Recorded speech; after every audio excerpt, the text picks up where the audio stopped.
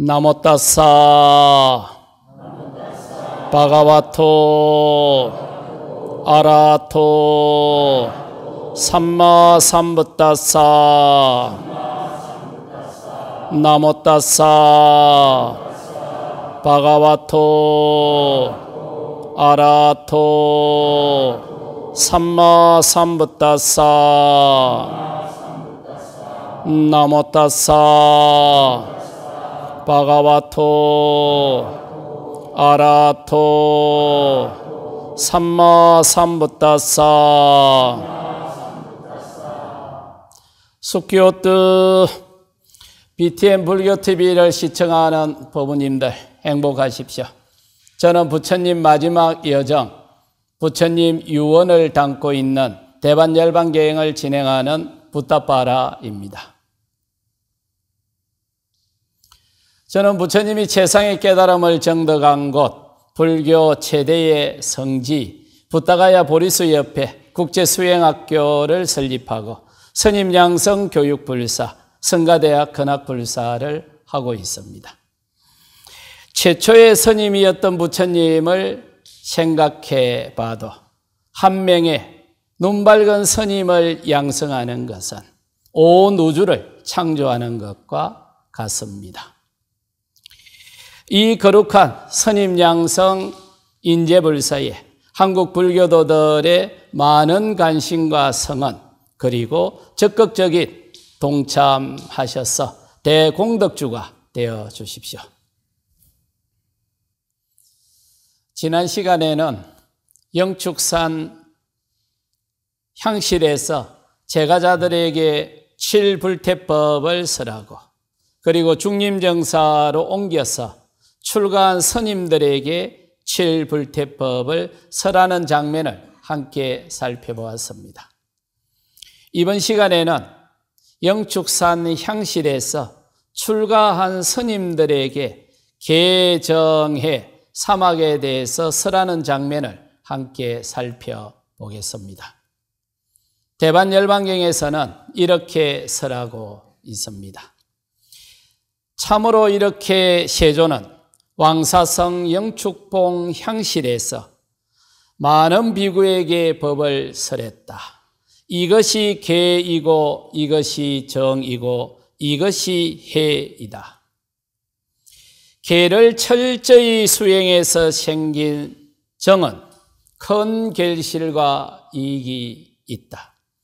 정을 철저히 수행해서 생긴 해는 큰 결실과 이익이 있다. 해를 철저히 수행해서 생긴 마음 상태는 올바르게 탐진치 삼독의 아사바로부터 해탈할 수 있다. 아사바는 욕망의 아사바, 존재의 아사바, 계뇌의 아사바가 있다. 이렇게 개정의 사막에 대해서 설하고 있습니다. 그런데 개정의 사막은 소문답경에 따르면 팔정도 수행 체계를 그 기능에 따라서 세 가지로 분류한 겁니다. 그러니까 개정의 사막은 팔정도 수행 체계라고 보시면 됩니다. 소문답경에서는 다음과 같이 설합니다. 벗위삭하여 정어, 정업, 정명은 개원에 속하고 정정진, 정념, 정정은 정원에 속하고 정견과 정사는 해원에 속한다. 이렇게 소문답경에서는 이야기하고 있습니다. 그러니까 대반열반경에서 이야기한 개정의 사막은 소문답경에서 부처님은 팔정도 수행 체계라고 규정을 하고 있습니다. 그런데 여기서 개정의 사막 중에서 정은 우리가 일반적으로 생각하는 삼매가 아니고 수행 기술에 해당합니다. 팔정도 수행 체계에 따르면 정계는 고진멸도 사성제를 있는 그대로 통찰하는 것. 정사는 우리가 하는 생각 속에 탐심, 진심, 치심과 같은 마음 오염원이 존재하지 않는 것. 그리고 정언은 일반적으로 구업을 짓지 않는 것. 정업은 신업을 짓지 않는 것. 정명은 올바른 직업을 가지고 올바르게 생계를 유지하는 것. 그리고 정진은 사정건을 하는 것.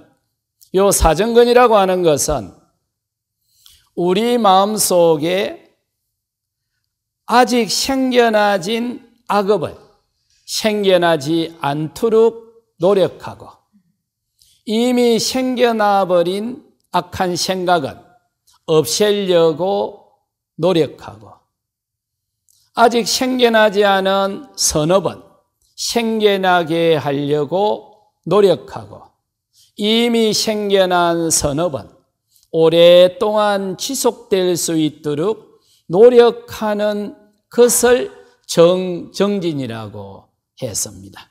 그러니까 우리는 일반적으로 정정진 이렇게 하면 올바르게 노력하는 것 이렇게 알고 있습니다만 부처님은 좀 더 구체적이고 직접적으로 이야기를 합니다. 지시가 구체적이면 행동은 직접적입니다. 그래서 올바르게 노력하세요라는 것보다는 이렇게 노력하세요 하고 구체적이고 직접적으로 지시가 내려가면 행동은 훨씬 선명해지는 거죠. 그런데 정념, 팔정도 수행체계의 제7번 정념은 올바른 기억으로 번역하는 분들도 있지만 경전에서는 심수심법, 사념처를 수행하는 것 이렇게 해놨습니다. 그러니까 이 팔정도 수행체계의 제7번 정념은 바로 수행 기술을 의미합니다. 사띠와 삼빠자나를 가지고 사념처 수행을 해서 탐진치 삼독을 제거하고 수행의 최고 단계인 아라트 도가를 성취하세요라고 한 것이 바로 정념입니다. 그리고 이 정념은 부처님이 보리수활에서 최상의 깨달음을 정득할 때 사용한 수행 기술이기도 합니다. 그러니까 팔정도 수행체계의 제7번 정념은 올바른 기억이 아니고 올바른 수행, 특히 심수심법, 사념처를 가지고 수행을 하세요. 그리고 아라트 도가를 성취하세요. 라는 수행 기술을 의미하고 있습니다.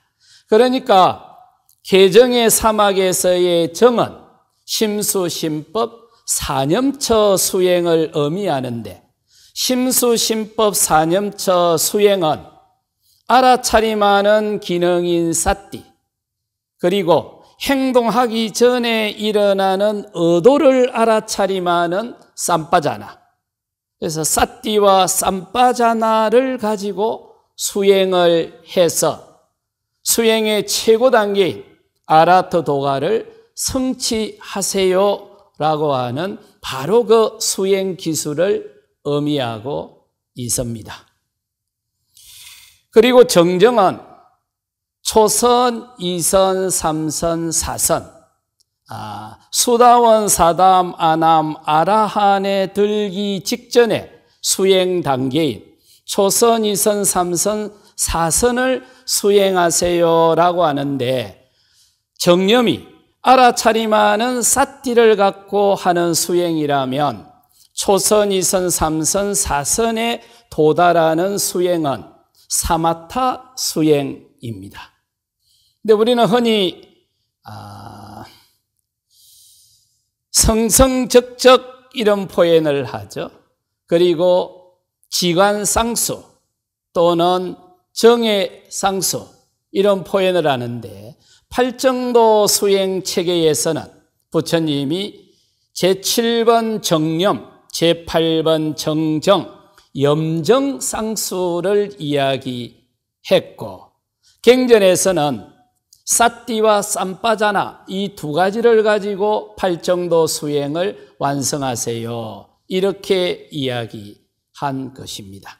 그러니까 정정진, 정념, 정정은 팔정도 수행 체계에서는 명백하게 수행 기술을 의미합니다. 그러니까 개정의 사막 중에서 정은 수행 기술입니다.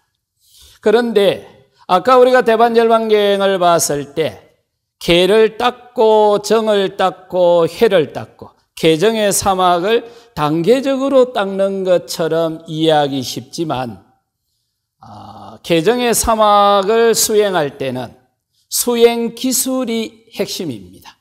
그러니까 제일 먼저 수행 기술을 수행을 하고, 그리고 수행을 하는 과정에서 수행자의 태도, 수행자의 생활 습관 이런 것들도 동시에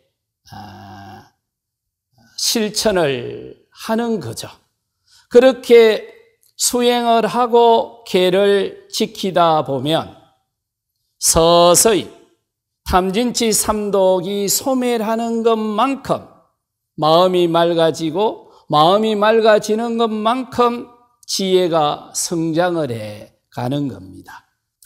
그래서 개정의 사막, 이것은 팔정도 수행 체계를 그 기능에 따라서 분류해 놓은 것인데, 정은 수행 기술에 해당하고, 개는 수행자의 품성 또는 수행자의 생활 태도, 수행자의 행위 규범에 해당하고, 해는 수행자가 세상을 바라보는 올바른 관점에 해당합니다.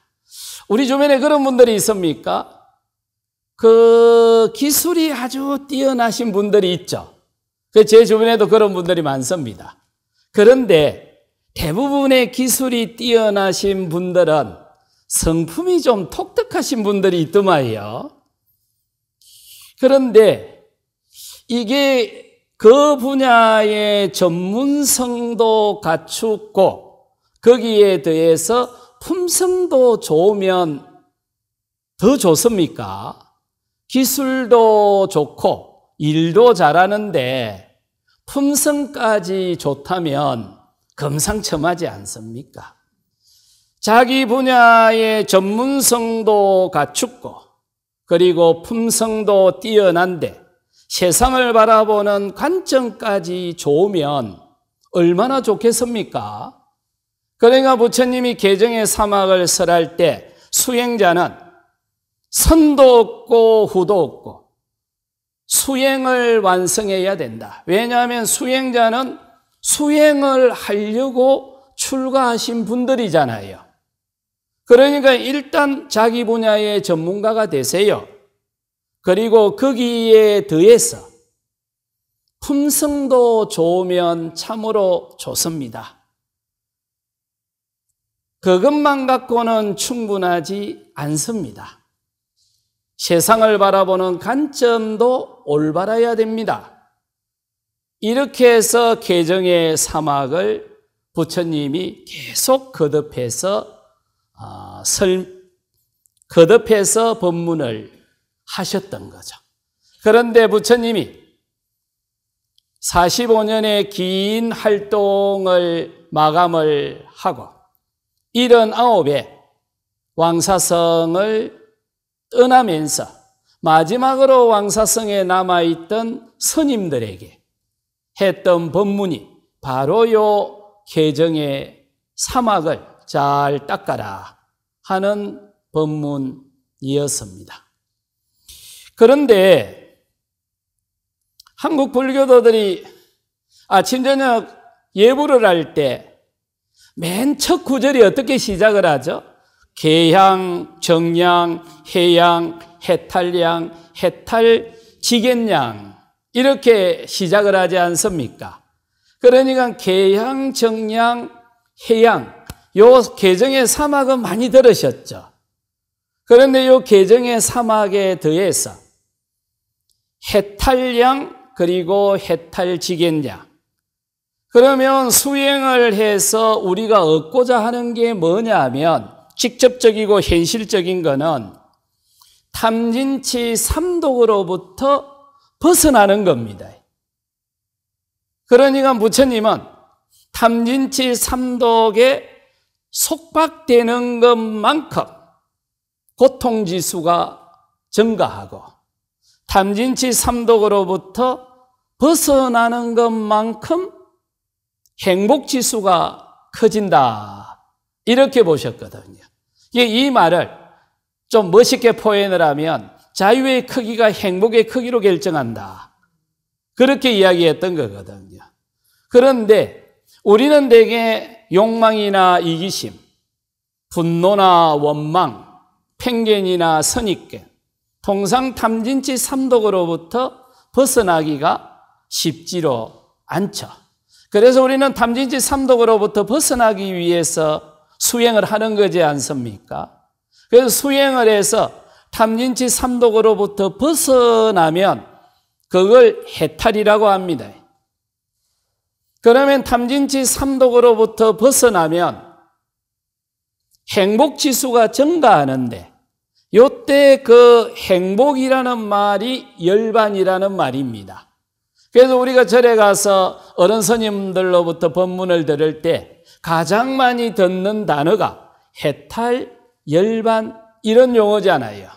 그러니까 해탈은 오늘날 정치적인 용어로 번역하면 자유, 열반은 행복, 자유의 크기가 행복의 크기를 결정한다. 부처님은 이 화두를, 이 말씀을 45년 동안 지속해서 말씀을 하셨고 그 탐진치 삼독으로부터의 자유로움, 해탈 이걸 전문용어로 해탈이라고 했는데 부처님의 어법은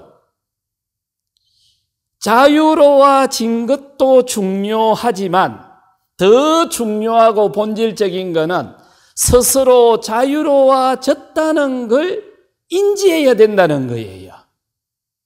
처음에 이게 무슨 이야기인가 했는데 살아가면서 맞아, 자유로워진 것도 중요한데 스스로 자유로워졌다는 걸 자각하는 것은 더 중요하잖아요.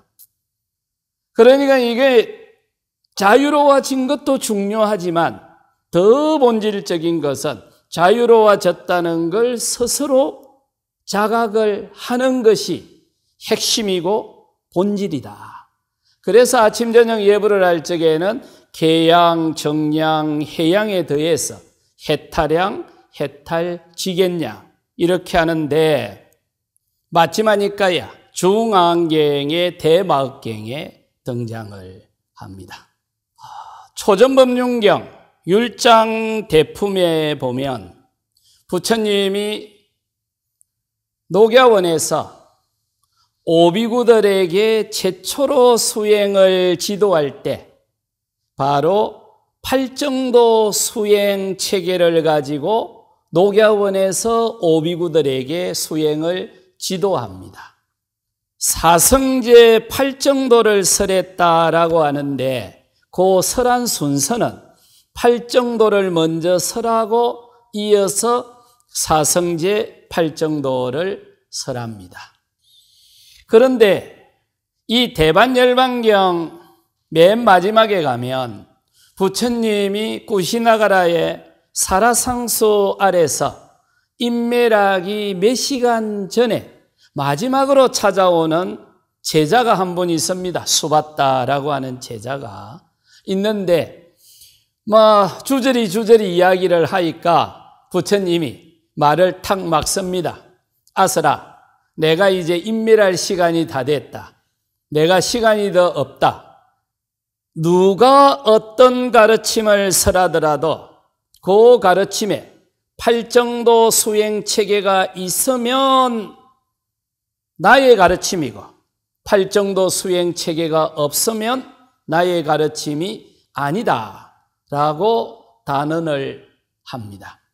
그러니까 부처님이 보리수활에서 최상의 깨달음을 정득할 적에도 팔정도 수행 체계를 가지고 깨달음을 정득했고, 녹야원에서 오비구들에게 최초로 수행을 지도할 때도 팔정도 수행 체계를 가지고 지도를 하셨고, 45년 동안 수없는 사람들에게 수행을 지도할 때도 팔정도 수행 체계로 수행을 지도하셨고, 그리고 구시나가라에서 마지막 숨을 거두는 그 순간에 찾아온 제자에게도 팔정도 수행 체계가 있으면 나의 가르침이고, 팔정도 수행 체계가 없으면 나의 가르침이 아니다라고 단언을 합니다.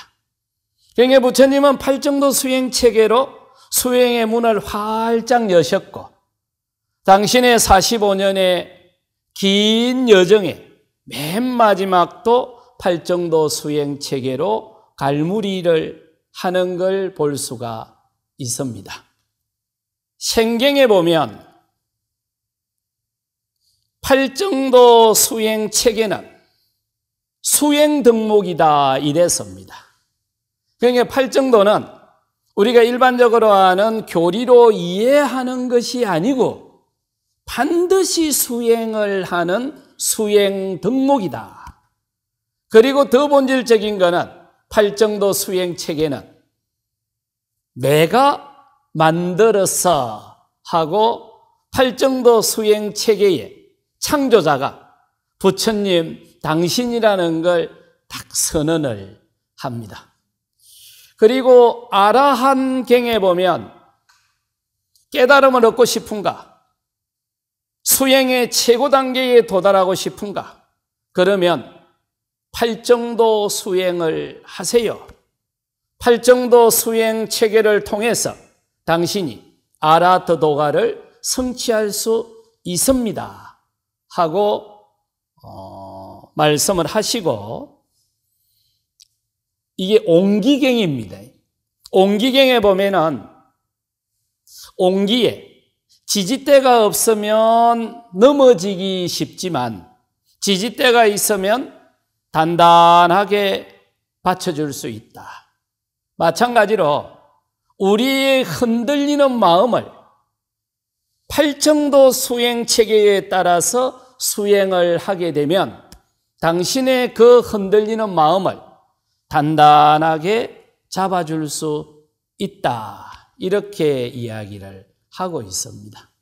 그러니까 부처님은 45년 동안 활동을 하셨고 수없는 사람을 만났고 수행을 지도했지만 초지일간 녹야원에서 구시나가라까지 45년 동안 누구를 만나더라도 팔정도 수행 체계를 따라서 수행을 하세요.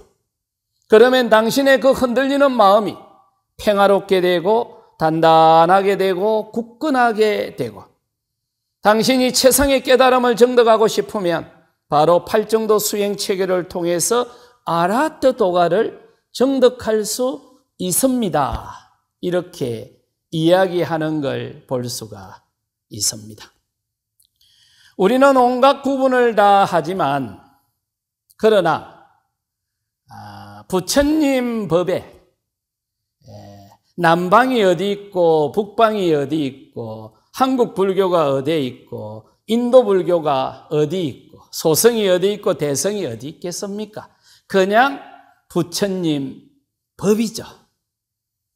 우리는 그냥 부처님 법이고 그 부처님 법에 따라서 수행을 해서 아라한을 이루는 거고, 그러지 부처님 법 이외에 다른 것은 있지 않을 겁니다. 그러면 개정의 사막에 대해서 다른 각도에서 살펴보면 혹시 생활습관병이라는 거 들어보셨습니까? 생활습관병은 잘못된 생활습관으로 인해서 발생하는 병들, 흔히 고혈압, 당뇨, 또 고지혈증, 이런 성인병과 관련된 것들은 대부분 생활습관에 기인하는 경향이 강하다. 이래서 시중용어로 생활습관병이라는 표현을 하시더만요. 여러분들이 절에 와서 불교도가 되고 수행자가 되면 계를 지켜라 이 이야기를 많이 듣죠. 그러면 요 계를 지켜라 요 말은 살생하지 말고 도둑질하지 말고 거짓말하지 말고 이런 고리타분하고 캐캐묵었다고 생각되는 항목들을 지켜라라고 생각하기 쉽지만 만약에 우리가 수행이나 계를 미학이나 예술 차원으로 해석을 하면 어떨까? 저는 윤리나 도덕으로 해석하는 것도 의미 있지만 미학이나 예술로 접근하는 것도 훨씬 유연하고 부드럽다고 생각을 합니다. 다른 사람에게 위해를 가하는 것보다 다른 사람을 도와주는 행위가 아름답고 멋있다라고도 볼 수 있잖아요. 그러니까 내가 다른 사람을 해치지 않고 다른 사람을 도와주는 것이 선이고 복이 되고 이렇게 접근할 수도 있지만 그것이 멋있고 아름답다고도 접근할 수가 있잖아요. 그러면 우리가 계라고 하는 것이 우리의 생활 습관을 바꾸는 건데 불교도가 되기 이전에 수행을 하기 이전에 우리의 생활 습관이 있겠죠. 그런데 내가 불교도가 될 거야, 내가 수행자가 될 거야 라고 하면 불교도로서 수행자로서 지켜야 될 생활 습관도 생활 태도가 또 있지 않겠습니까?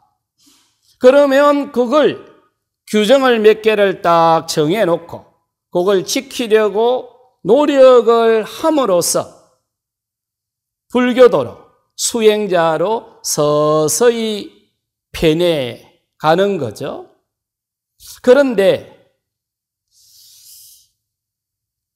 지시가 구체적이면 행동이 직접적으로 나온다고 하죠.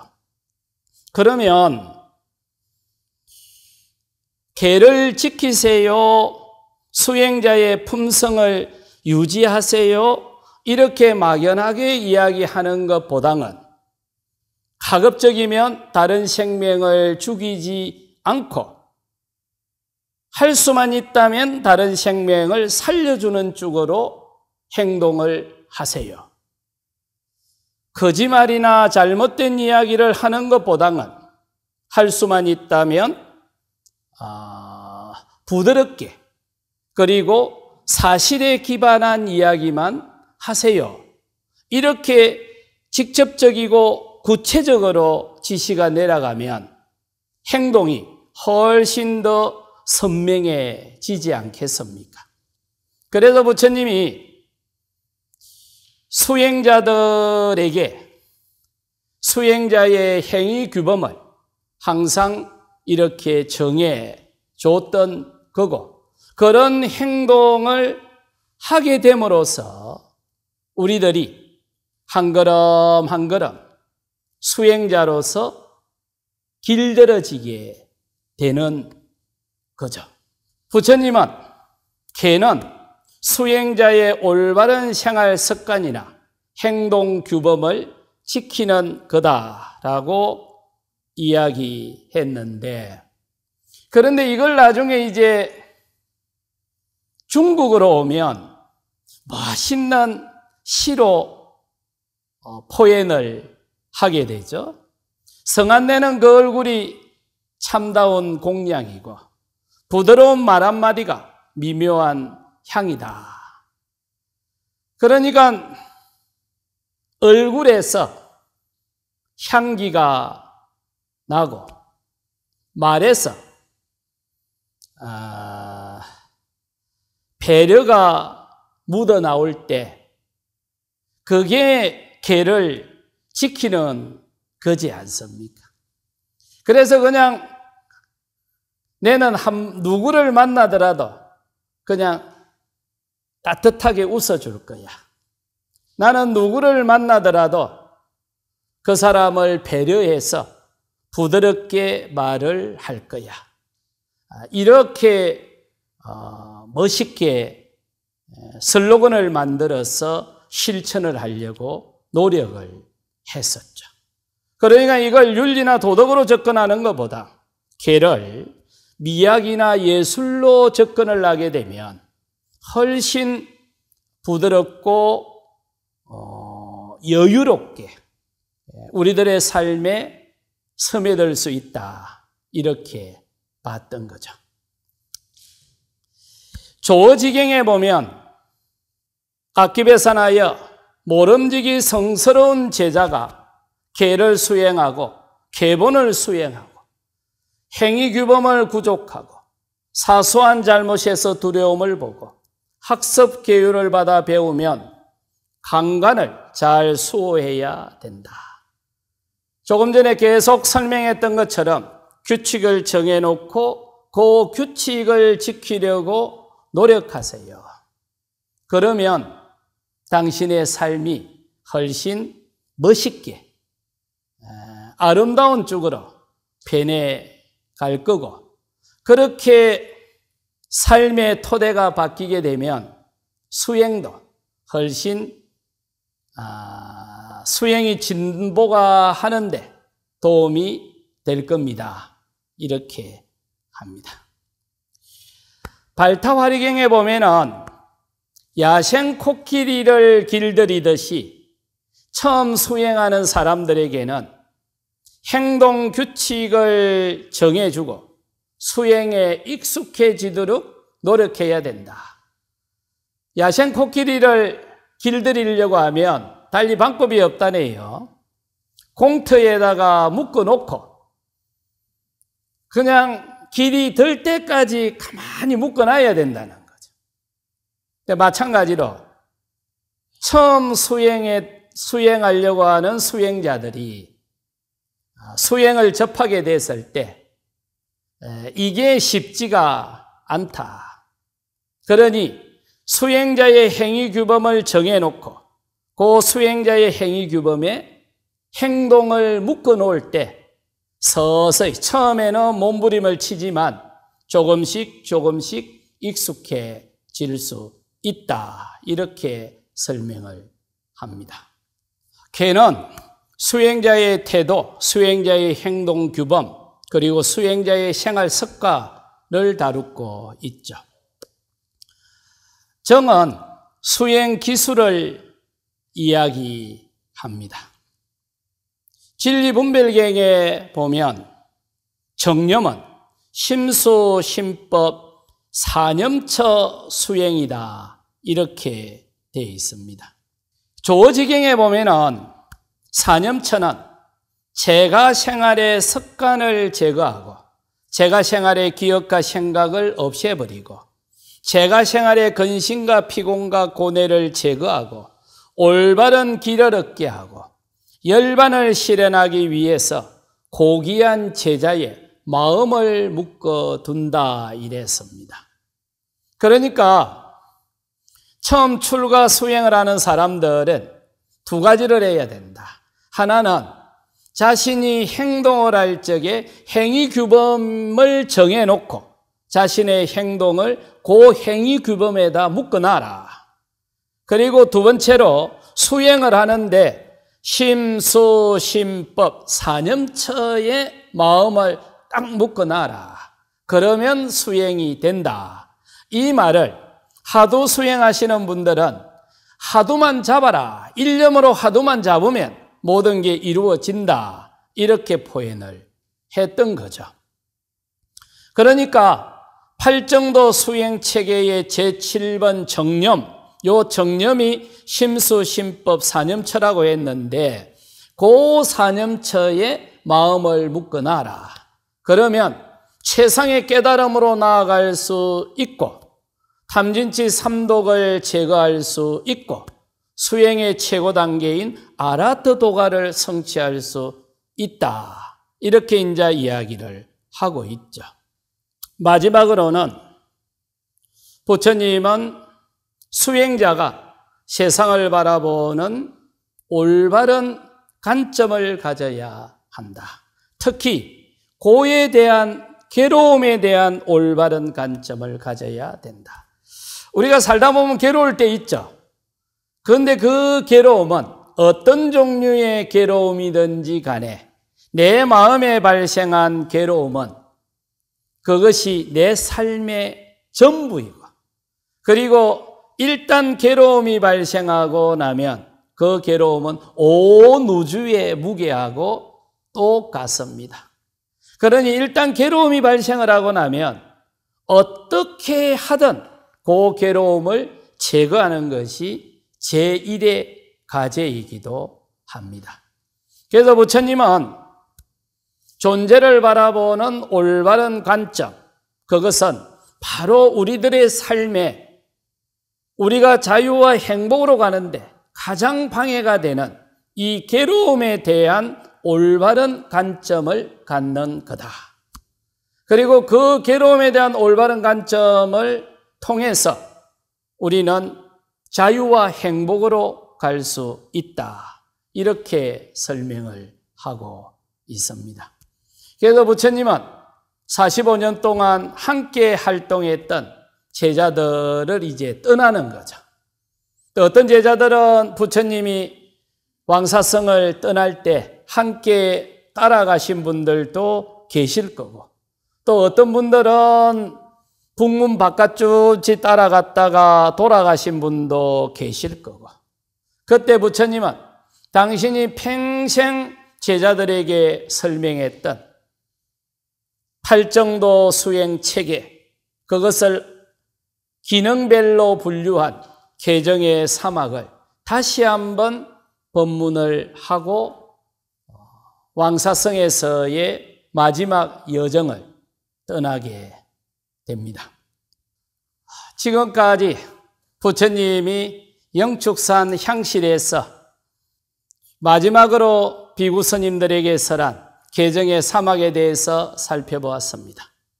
다음 시간에는 불교 최초의 수행도량인 중림정사가 만들어지고 부처님에 관한 다양한 에피소드가 만들어진 왕사성에서의 부처님의 활동에 대해서 함께 살펴보겠습니다.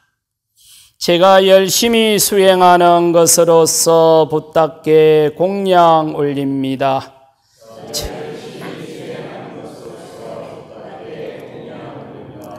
제가 열심히 수행하는 것으로서 담마의 공양 올립니다.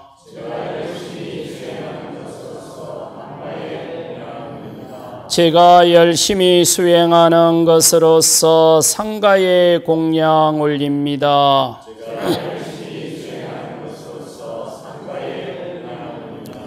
제가 열심히 수행하는 것으로서 모든 수행자들에게 공양 올립니다.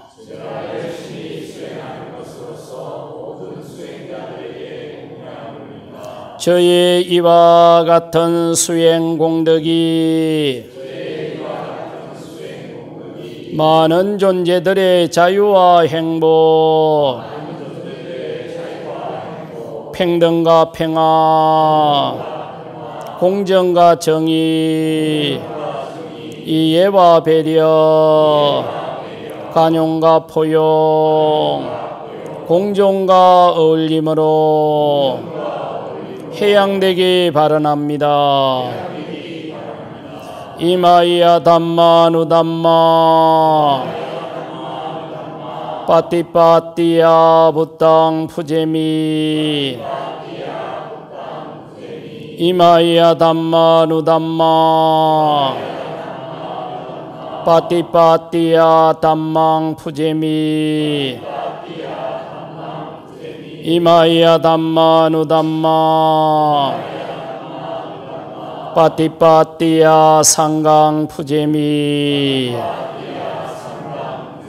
사두 사두 사